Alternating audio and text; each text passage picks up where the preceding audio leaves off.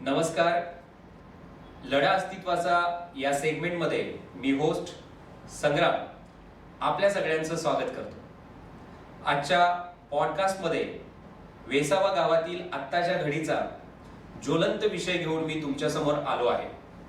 तो म्हणजे वेसावा कोळी सहकारी सर्वोदय सोसायटी लिमिटेड ची निवडणूक, जी येत्या 25 मे रोजी होणार आहे. आजच्या या मुलाखतीच्या प्रमुख पाहुण्या म्हणून आपल्याला लाभल्या आहेत सौ सुगंधा भूषण पेदे मॅडम. नमस्कार मॅडम. नमस्कार. मॅडमचा परिचय करून द्यायचा झाला तर मॅडम या वेसावा गावातील नामचीन डॉक्टर, समाजसेवक, कैलासवासी वासुदेव पेदे यांच्या सुनबाई आहेत. त्याचबरोबर त्या नुकत्याच 2023 मध्ये MMRDA मधून क्लास 1 अधिकारी म्हणून सेवानिवृत्त झाल्या आहेत आणि आता त्यांचा राहिलेला जो पुढील कार्यकाळ आहे ते वेसावा गावच्या विकासासाठी समर्पित करण्याचे त्यांनी काम हाती घेतले आहे. तर माझा त्यांना पहिला प्रश्न असा आहे, या निवडणुकीच्या संदर्भात तुम्ही काय सांगाल? नमस्कार. आमच्या गावामध्ये पंचवार्षिक निवडणूक आहे. ती वेसावा कोळी सहकारी सोसायटी सर्वोदय सोसायटी लिमिटेडची पंचवार्षिक निवडणूक आहे. आणि या निवडणुकीमध्ये ते घटनेनुसार 5 वर्षानंतर ही राबवली जाते आणि तसेच मत्स्य व्यवसाय विभागामार्फत ही निवडणूक राबवली जाते. आणि या संस्थेमध्ये एकूण 17 उमेदवारांची नेमणूक केली जाते. म्हणजे घटनेनुसार 17 उमेदवारांची नेमणूक केली जाते आणि याच्यामध्ये ते 17 उमेदवार जेव्हा निवडून येतील तेव्हा त्यांची कार्यकारी मंडळाची कमिटी होते. आणि आमच्या या सोसायटीमध्ये एकूण 4,500 सभासद आहेत. काय म्हणताय? हो, 4,500 सभासद आहेत. 4,500 सॉरी.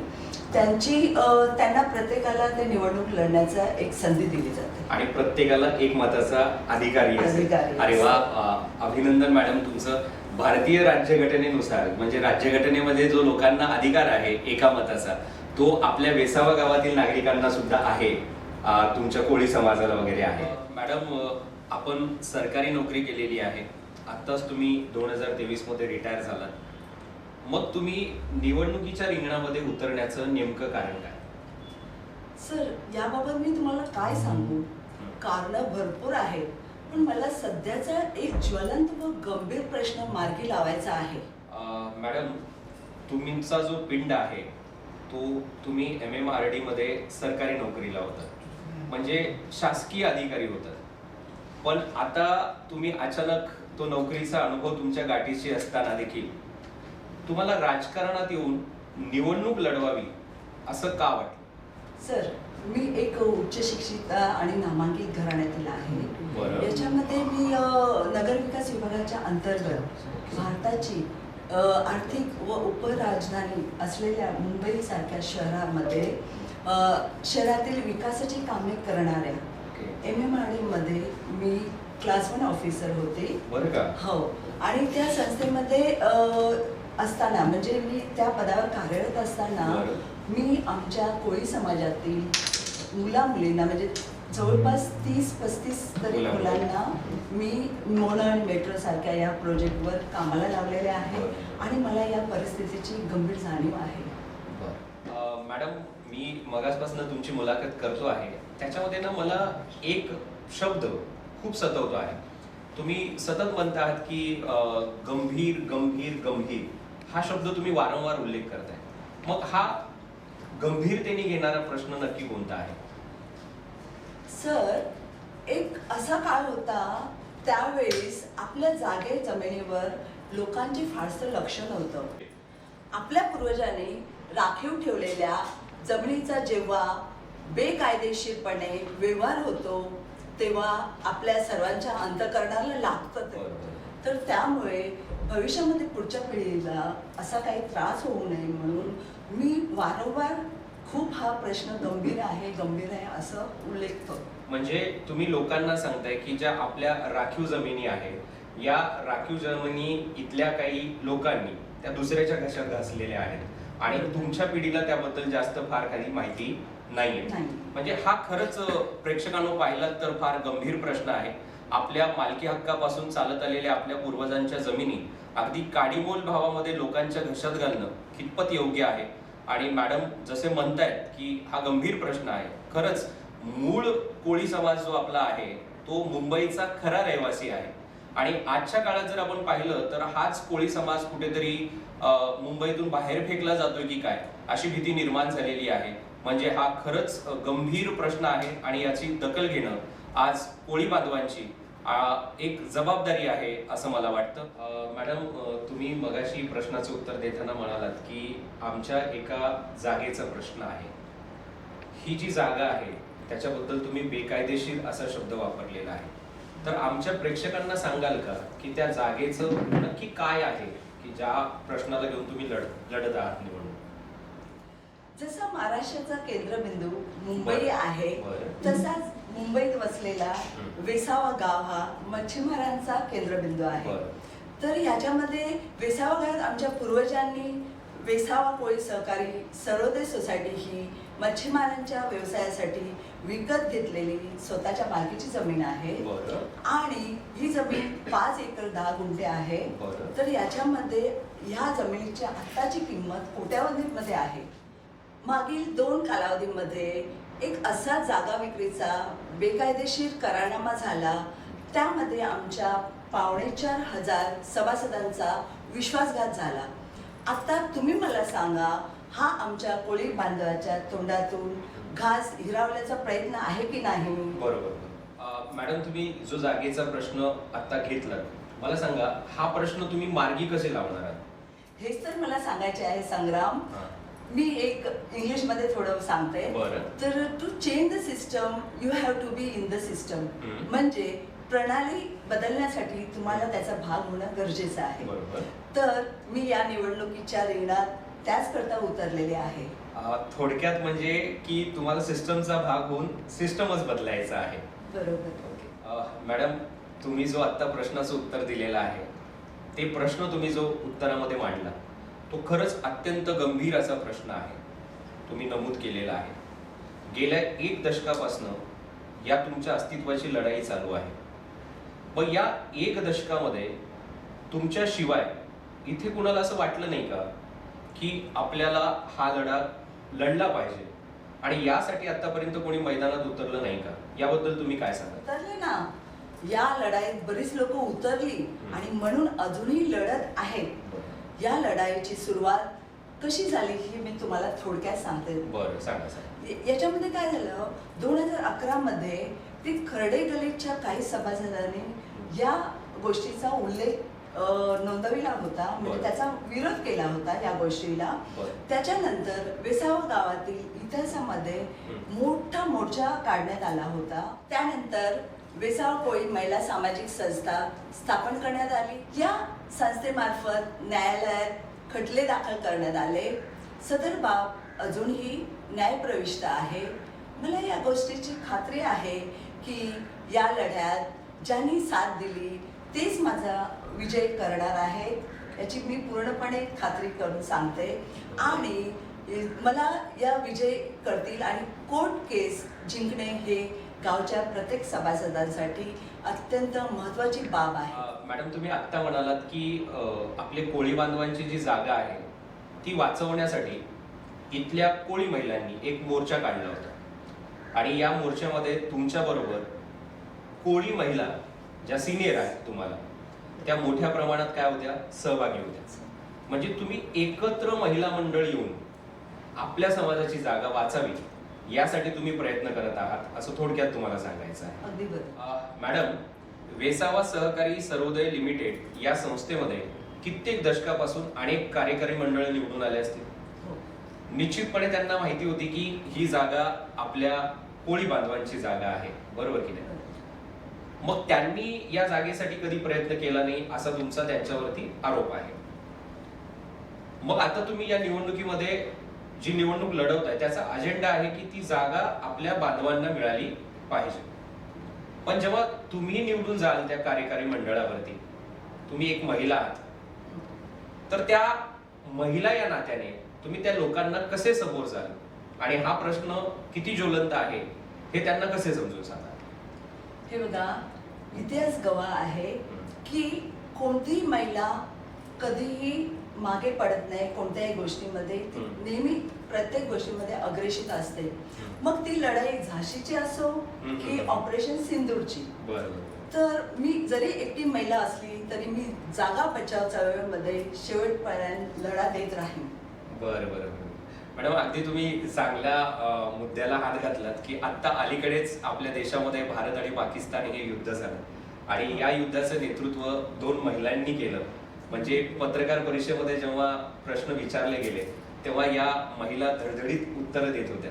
म्हणजे थोडक्यात सांगायचं झालं तर आपल्या भारतातली जी महिला आहे, जिला चूल आणि मूल एवढंच कार्यक्षेत्र मर्यादित होतं, ते आता मर्यादित न राहता पाकिस्तानच्या विरोधात सुद्धा भारतातली महिला लढा देऊ शकते. तर आपल्या वेसावा गावातील मॅडम ज्या आहेत त्या आपल्या कोळी बांधवाच्या हक्कासाठी अगदी त्या सीमेवर लढणाऱ्या रणरागिण्यासारख्या आपल्या बांधवांच्या पाठीशी उभा राहतील आणि ही जागा आपल्या बांधवांना मिळवून देतील यासाठी तुम्ही प्रयत्न करणार आहात. मॅडम, तुम्ही फक्त आतापर्यंतच्या मुलाखतीमध्ये मला एकच गोष्ट सांगताय की कोळी बांधवांसाठी जागेचा प्रश्न. पण मला एक गोष्ट सांगा की हा एक अजेंडा घेऊन तुम्ही निवडणुकीमध्ये उतरलात का? माझा हा पहिला प्रश्न.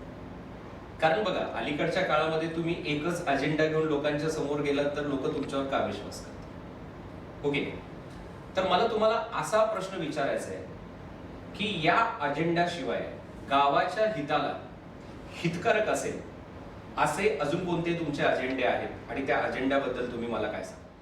एक कुटुंब एक फ्लॅट व्यतिरिक्त मत्स्य व्यवसाय निगडीत इंडस्ट्रियल झोन अंतर्गत फिश मार्केट, आधुनिक बर्फ कारखाना, शीतगृह, डिझेल पंप, व्यावसायिक विक्रेता करिता गाळे व रोजगार निर्मिती करणे ह्यासाठी माझा लढा चालू आहे आणि यापुढे देखील हा लढा अधिक तीव्रतेने मी कोळी बांधवांसाठी लढणार आहे.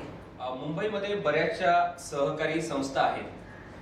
या सर्व सहकारी संस्थेची निर्मिती जी झालेली आहे ती निर्मिती कोळी बांधवांच्या म्हणजे मच्छीमारांच्या हितासाठी झालेली आहे आणि या संस्था गेल्या अनेक वर्षापासून मच्छीमारांच्या हितासाठी काय करत आहेत? काम करत आहेत. मग मला सांगा, तुम्ही जेव्हा निवडून याल तेव्हा या आपल्या कोळी बांधवांसाठी काय करणार आहात? त्याचबरोबर त्यांची जी येणारी पुढची पिढी आहे त्यांच्या रोजगार निर्मितीसाठी तुमच्याकडे काही उपक्रम आहेत का? किंवा तुम्ही ते त्या मुलांना, येणाऱ्या पिढीला रोजगार उपलब्ध करून देणार, तो कशा माध्यमातून करून देऊ शकता याबद्दल आमच्या प्रेक्षकांना काही सांगाल का? तुमचा प्रश्न रास्त आहे. आपल्या जागेवर इंडस्ट्रियल झोनचे आरक्षण आहे. त्या आरक्षणाच्या अनुषंगाने आपल्या जागेवर केंद्र सरकार आणि राज्य सरकारच्या मदतीने 50 कोटी 100% अनुदानाचा प्रकल्प उभा करण्यासाठी आम्ही सह आयुक्त देवरे साहेब यांची भेट घेतली. त्यांनी आम्हाला असे सांगितले की तुमच्या मालकीच्या 10 गुंठे जागेवर शासनाच्या मदतीने आम्ही हायटेक बर्फ कारखाना, शीतगृह, मासळी प्रक्रिया प्रकल्प आम्ही बांधून देऊ आणि तुमच्या सहकारी संस्थेसोबत सामंजस्य करार करून जेणेकरून तुम्ही ही वास्तू विकू शकत नाही, त्या वास्तूवर तुम्ही मुलांना, तुमच्या सभासदांना रोजगार नोकऱ्या उपलब्ध करून देऊ. माझ्यासाठी माझ्या कोळी बांधवांना विकास आणि आपली वेसावा कोळी सहकारी सर्वोदय संस्था सर्वप्रथम आहे. मॅडम, तुम्ही असे म्हणालात की कोळी बांधवांसाठी शासनातर्फे 50 कोटीचं 100% अनुदान असणारी रक्कम तुम्हाला मिळणार आहे. त्यातून तुम्ही आपल्या कोळी बांधवांसाठी रोजगार निर्मिती करणार आहात. त्याचबरोबर तुम्ही इथे काही कारखाने पण उभे करणार आहात. पण तुम्हाला असं नाही वाटत का मॅडम की या निवडणुकीमध्ये जे इतर सदस्य उभे आहेत त्यांनी सुद्धा इथल्या मतदात्याला, आपल्या कोळी बांधवाला अशा पद्धतीचं आश्वासन दिलं असणार? त्यांच्या आश्वासनामध्ये आणि तुमच्या आश्वासनामध्ये जास्त काही फरक आपल्याला दिसत नाही. मग मला सांगा, इथल्या कोळी बांधवांनी, इथल्या मच्छीमार बांधवांनी, इथल्या मतदात्यांनी तुमच्यावर का विश्वास करावा? सगळेच असे बोलतात, मग त्यांनी तुमच्यावरच का विश्वास दाखवावा आणि येणाऱ्या 25 तारखेला त्यांनी तुम्हालाच का मतदान करावं? याबद्दल काय सांगा? त्याचं कारण असं आहे, सर्वप्रथम मी ग्रॅज्युएट आहे आणि मी आधीच सांगितलं की MMRD सारख्या मोठ्या या म्हणजे ऑफिस मधून क्लास 1 अधिकारी म्हणून मी सेवानिवृत्त झाले आहे. मी सेवेत असताना एक मोठा सेल्फ डेव्हलपमेंटचा प्रकल्प हाती घेतला होता आणि त्या समितीमध्ये मी काम पण केलं आणि त्याच्यामध्ये मला त्या सेल्फ डेव्हलपमेंटच्या बाबतीत मला खूप अनुभव आहे. मी वेसाव कोळी महिला सामाजिक संस्थेची ॲक्टिव्ह मेंबर आहे. मी गेल्या वर्षी अध्यक्षपद भूषवले होते आणि त्यावेळी मी महिला मंडळाच्या सर्व रणरागिणींच्या सहाय्याने कोळी सी फूड फेस्टिवलच्या माध्यमातून 2.5 लाखाचे जवळपास 11 लाखात FD मध्ये रूपांतर केले आणि RPG फाउंडेशनच्या वतीने मुंबई महानगरपालिका यांच्या सहाय्याने वेसावा गावातील 130 महिलांना 13 बचत गट स्थापन करून दिले. त्याची मी अध्यक्षा आहे. कोळी महिलांना त्याचे उदरनिर्वाहासाठी आणि आर्थिकदृष्ट्या बळकट बनवण्याच्या हेतूने BMCच्या वतीने वर्ली, माहीम, खारदांडा या कोळीवाड्यात सी फूड प्लाझा स्थापन करण्यात आले आहे. त्याचप्रमाणे वर्सोवा गावामध्ये कोळी महिलांसाठी सी फूड प्लाझा चालू करण्यासाठी माझे अपार प्रयत्न चालू आहेत. मी बचत गटच्या माध्यमातून RPG ग्रुप फाउंडेशनच्या सहाय्याने दादर कॅटरिंग कॉलेज येथे कुकिंग कॉम्पिटिशन, पोळ्यांची परंपरा, पाककलेचे आयोजन केले होते. तसेच पाककलेचे बुक सुद्धा मी RPGच्या सहाय्याने तयार करून घेतले.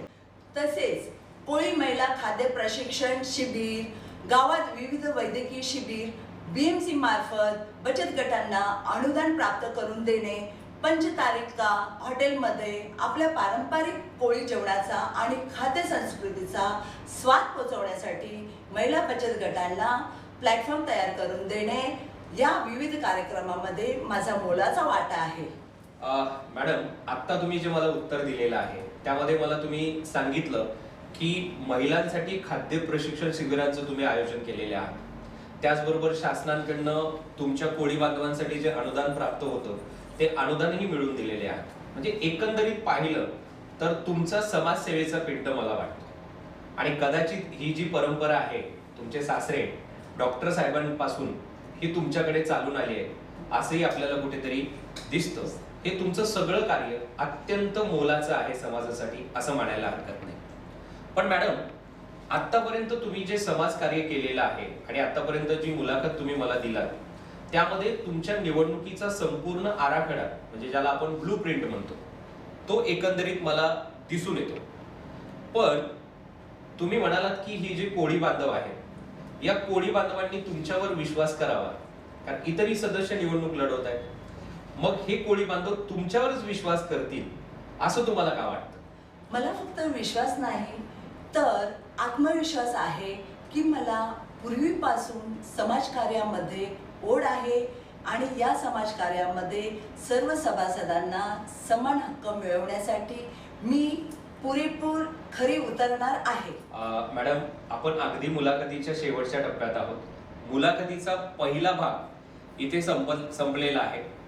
आता मॅडम, मुलाखतीचा दुसरा भाग आपण करणार आहोत आणि मुलाखतीच्या दुसऱ्या भागाचं नाव आहे टेडी बात. त्यात मी तुम्हाला काही टेढे प्रश्न विचारणार आहे. पण तुम्ही आता जाता जाता शेवटचं मतदारांना काय आव्हान द्याल? जाता जाता मला एक महत्त्वाचे बोलायचे आहे की फक्त आश्वासन देणाऱ्या लोकांपेक्षा ज्या लोकांनी काम करून दाखवले त्या लोकांनाच मत द्या. तर मित्रांनो, या होत्या आपल्या विभागातील यावर्षीच्या उमेदवार सौ सुगंधा भूषण पेदे मॅडम.